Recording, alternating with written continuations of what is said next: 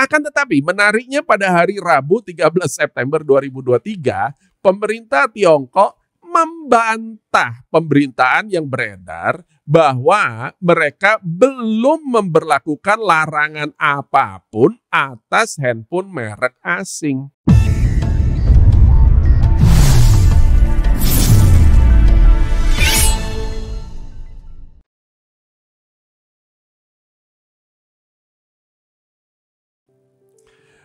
Oke, pada tanggal 6 September 2023, tiba-tiba ada berita heboh sebagaimana diberitakan di Wall Street Journal dan CNBC. Pemerintah Tiongkok memberlakukan larangan bagi PNS-nya menggunakan iPhone. Akibatnya hari itu saham Apple langsung terkoreksi tajam sebanyak 3% dan keesokan harinya turun lagi 4%. Kendati pun belum ada larangan resmi dari pemerintah Tiongkok sehubungan dengan hal ini, namun banyak kalangan melihat adanya potensi Apple terperangkap dalam ketegangan geopolitik antara Tiongkok dan Amerika Serikat. Tiongkok termasuk Hong Kong dan juga Taiwan adalah pasar terbesar Apple yang ketiga di dunia sesudah Amerika dan Eropa, meliputi 18% total omset sebesar 394 miliar US dollar.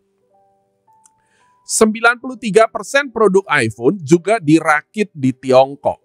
Kendati pun larangan ini jika diberlakukan hanya akan mengurangi penjualan iPhone sebanyak 5%, namun hal ini bisa menyebar ke pengguna atau calon pengguna iPhone lainnya di luar PNS di Tiongkok. Hal ini bisa jadi sebagai anjuran dari pemerintah bagi masyarakat untuk lebih memprioritaskan produk lokal ketimbang iPhone. Pandangan ini didasarkan atas fakta pada minggu sebelumnya, Huawei berhasil meluncurkan produk terbarunya yakni Huawei Mate 60 Pro yang memiliki fitur 5G dan dapur pacunya digerakkan oleh chip Kirin 7 nanometer buatan SMIC. Banyak kalangan melihat hal ini sebagai kemenangan telak atas sanksi yang diberlakukan Amerika mulai zaman Donald Trump hingga Joe Biden. Sanksi ini didasarkan atas kekhawatiran pemerintah Amerika atas kedekatan Huawei dengan pemerintah Tiongkok. Huawei adalah perusahaan yang banyak disubsidi oleh pemerintah Tiongkok dan mulai Trump administration hingga Biden, mereka khawatir akan potensi Huawei dapat digunakan sebagai agen spionase pemerintah Tiongkok. Ada banyak pro dan kontra soal ini, akan tetapi saya sendiri melihatnya sebagai program politik yang diusung sejak kampanye Trump di tahun 2016. Kita tahu bahwa sejak lama Tiongkok adalah mitra dagang terbesar Amerika. 17% total ekspor Tiongkok adalah ke Amerika, membuat Amerika sebagai tujuan utama ekspor Tiongkok. Sementara itu, ekspor Amerika ke Tiongkok sebesar 7,6%, menempati urutan ketiga sesudah Kanada dan Meksiko. Namun, sejak zaman pemerintah Obama, Tiongkok juga memberlakukan larangan atau ban atas perusahaan-perusahaan Amerika. Google contohnya. 2 tahun sesudah Google meluncurkan website google.cn, pemerintah Tiongkok mulai memberlakukan sensor atas hasil pencarian Google.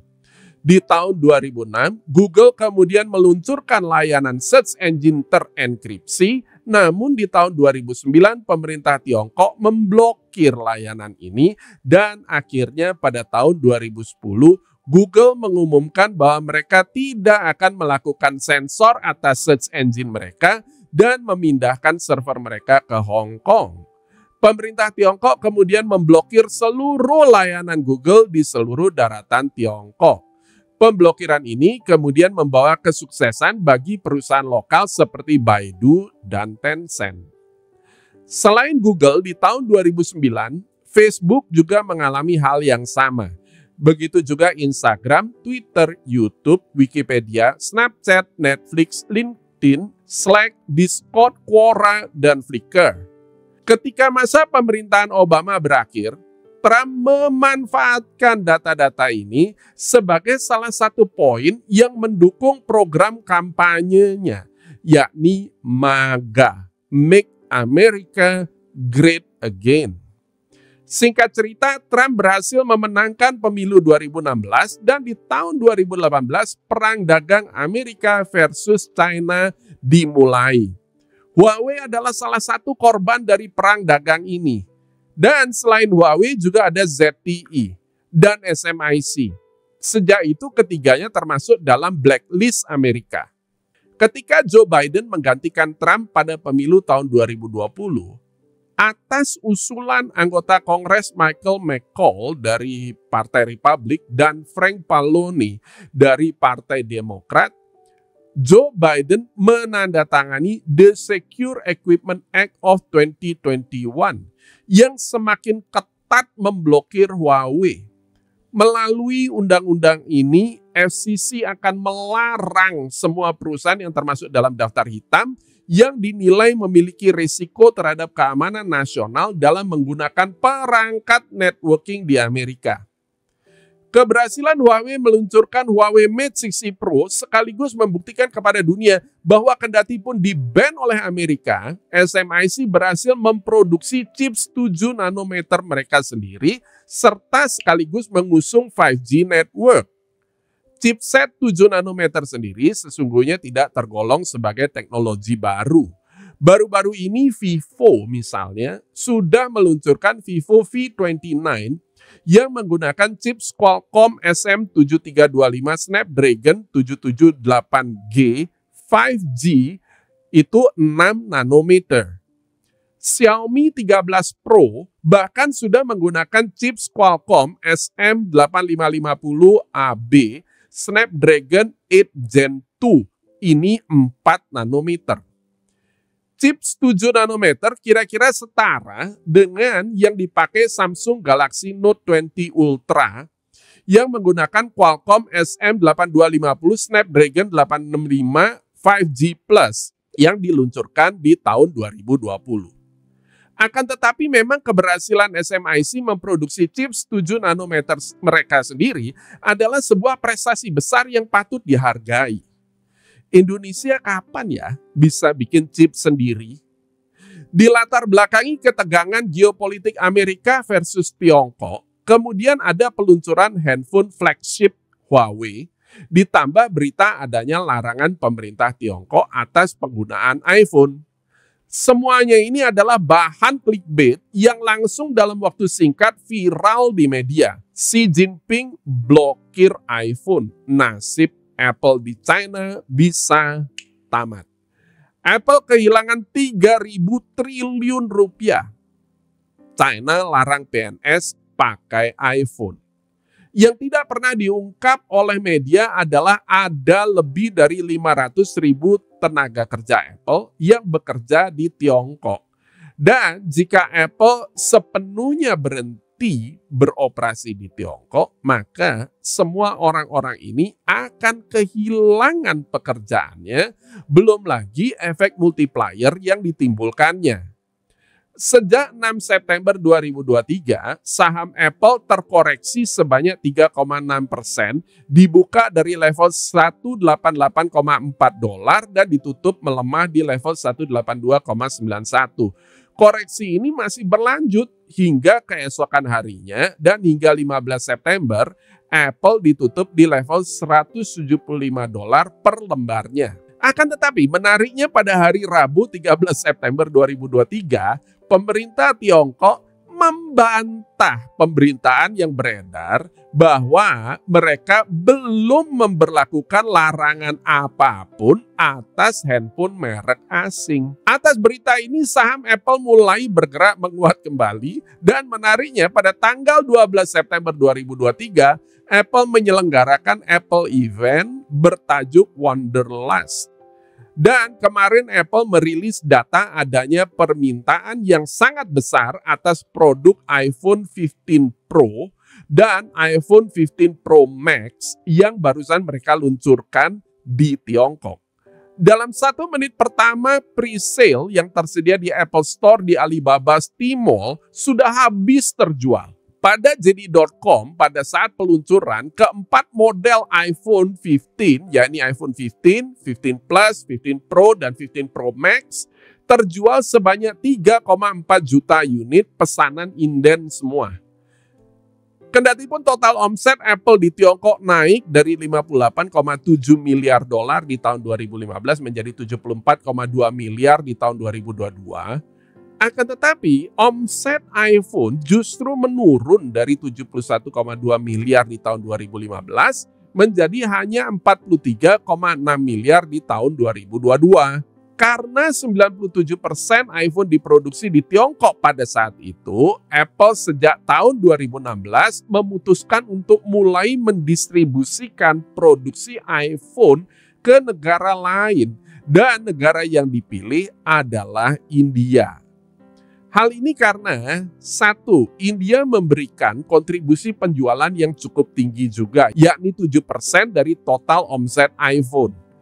Kedua, bea masuk elektronik ke India itu sangat tinggi, yakni 20% ditambah 18% GST, yang artinya harga iPhone di India adalah sekitar 38% lebih mahal dari harga di negara lain.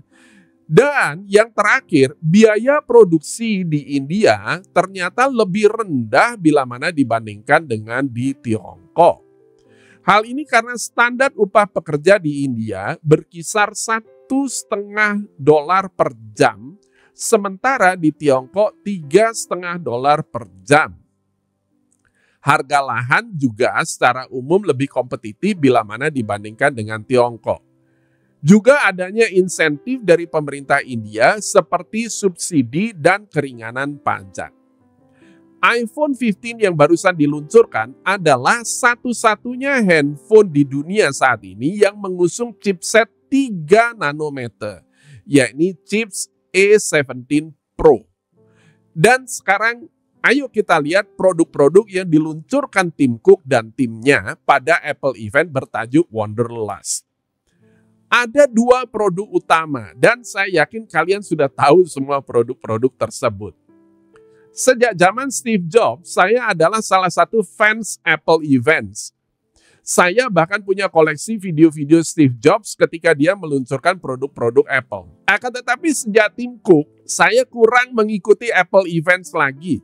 Dan Wonderlust kali ini sangat syarat dengan gimmick jualan. Gimmick yang pertama, Apple Watch Series 9. Apple menyebutnya sebagai produk karbon neutral. Semua produk yang diproduksi, tidak peduli produknya, itu pasti menghasilkan jejak karbon dan menimbulkan pencemaran lingkungan. Yang ada sesungguhnya hanyalah menurunkan jejak karbon tersebut. Namun tidak bisa meniadakannya 100% alias karbon neutral. Hal ini langsung menuai berbagai protes dari penggiat lingkungan. Oke, gimmick yang kedua. Ini yang paling ngeselin. Giliran Misha Stefanovic ketika mempresentasikan iPhone 15 Pro dan iPhone 15 Pro Max, saya kaget ketika dia bilang, Macro is one of the 7 lenses of the new Pro camera system. 7 lensa? 7 lensa dari mana? Namun sesudah kita telusuri, ternyata dalam video promosinya, Apple secara konsisten menyebut 7 lensa, yakni makro 13 mm, 24 mm, 28 mm, 38 mm, 48 mm, dan 120 mm. Itu bukan 7 lensa ya saudara-saudara. Yang ada adalah hasil computational fotografi dan itu berarti hasil cropping. Dan itu mirip kayak gini. Lihat gambar ini. Dan sekarang gambar ini saya zoom dan semakin zoom lagi. Itu bukan menggunakan lensa kamera yang berbeda. Namun sejak awal ini adalah foto dengan resolusi yang sangat tinggi, kemudian saya crop dan perbesar jadi Full HD 1920 x 1080 pixel, kemudian saya crop lagi dan perbesar lagi. Yang tidak dijelaskan Apple ketika mendemokan lensa zoom-nya adalah resolusi pasca zoom.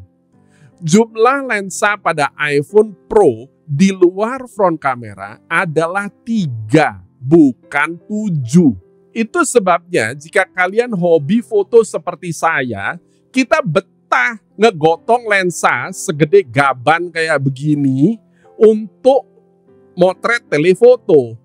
Karena kita tidak mau mengorbankan resolusi demi hasil foto yang ngezoom.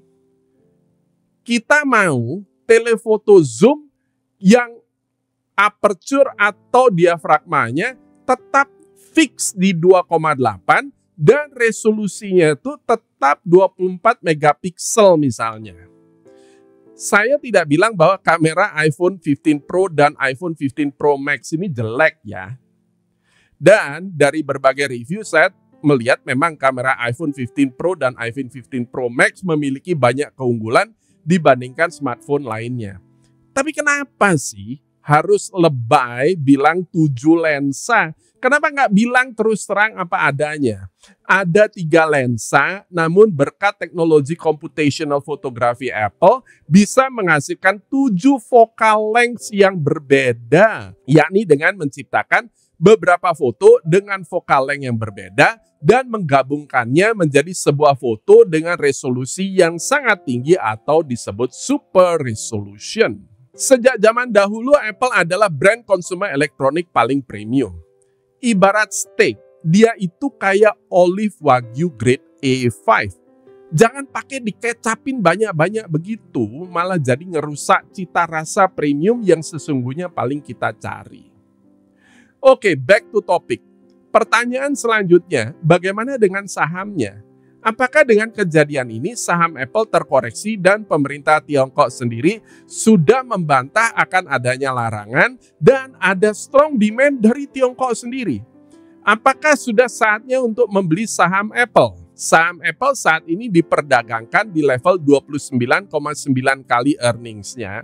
Dan dengan demikian berdasarkan data sejak tahun 2006, valuasi Apple saat ini adalah tidak murah dan tidak mahal juga, alias tengah-tengah. Guru Fokus juga mengkonfirmasi hal ini, Apple berada pada fair value-nya. Soal growth nggak usah ditanya, tidak banyak perusahaan yang bisa mengungguli pertumbuhan omset Apple. Beberapa di antaranya yang berhasil mengungguli Apple adalah Netflix, Meta, Microsoft, Amazon, dan Alphabet alias Google. iPhone sendiri menyumbangkan kontribusi terbesar, yakni 52,1% dari total penjualan Apple, di mana pangsa pasar terbesarnya adalah Amerika, Eropa, dan Tiongkok menduduki peringkat ketiga sesudah Eropa, yakni sebesar 18,8%. Atas dasar itu, jika pertanyaannya apakah dengan koreksi ini sudah membuat saham Apple undervalue sehingga layak untuk dikoleksi, maka jawabannya ya enggak. Akan tetapi jika yang Anda maksudkan adalah untuk ditradingkan, maka analisanya tentu jadi berbeda. Pasca klarifikasi resmi yang diberikan pemerintah Tiongkok dan data penjualan dari Apple sendiri, saham Apple nampak mulai rebound dari level support di 173,54. Saat ini belum ada sinyal beli dari aplikasi Timo Quantitative Trading System yang saya pakai ini. Akan tetapi jika saham Apple masih lanjut naik dan bahkan berhasil menembus level resisten pada 180,3, maka peluang Apple untuk melanjutkan rally-nya menjadi semakin besar. Terlebih lagi apabila Apple ternyata berhasil menembus level 190, maka breakout tersebut akan memberikan konfirmasi bahwa koreksi saham Apple tersebut sudah selesai dan melanjutkan bullish-nya kembali. Moral of the story, jangan pernah mengambil keputusan atas trading atau investasi atas dasar apa yang kalian lihat atau baca di media. Mereka punya perjuangannya sendiri yang membuat mereka terpaksa harus mengimplementasikan strategi clickbait supaya berita mereka dibaca orang. Namun, mendasarkan keputusan atas informasi dari headline media membuat penilaian Anda jadi tidak proporsional dan membuat Anda cenderung emosional. suatu kondisi mental psikologis yang paling buruk baik bagi seorang investor maupun trader. Coba dengarkan apa kata-kata Mark Twain ini. If you don't read the newspaper, you are uninformed. If you read the newspaper, you are misinformed. By the way, ini kata-kata Mark Twain loh ya, bukan saya. Tips dari saya, jangan terpengaruh oleh headline media. Namun selalu periksa data. Khusus bagi Anda yang ingin belajar trading, gunakan sistem trading kuantitatif. Dan jika Anda ingin belajar menganalisa, menemukan, dan memanfaatkan peluang trading ataupun investasi pada aset kripto, forex, gold, hingga saham-saham Amerika, silahkan kunjungi www.tradingnyantai.com. Akela akan menyelenggarakan webinar Trading Nyantai Profit Keren yang sekaligus mendemokan Timo Quantitative Trading System yang saya pakai. Info dan jadwal lengkapnya Anda bisa simak pada website Trading Nyantai. Link saya berikan di deskripsi. Gunakan voucher Akela 50 untuk mendapatkan diskon Rp50.000 serta mendapatkan bonus akses 4 buah e-book yang 3 diantaranya telah diterbitkan oleh Gramedia Pustaka Utama dan Alex Media Komputindo. Terima kasih semuanya, sukses selalu, semoga bermanfaat, dan sampai jumpa.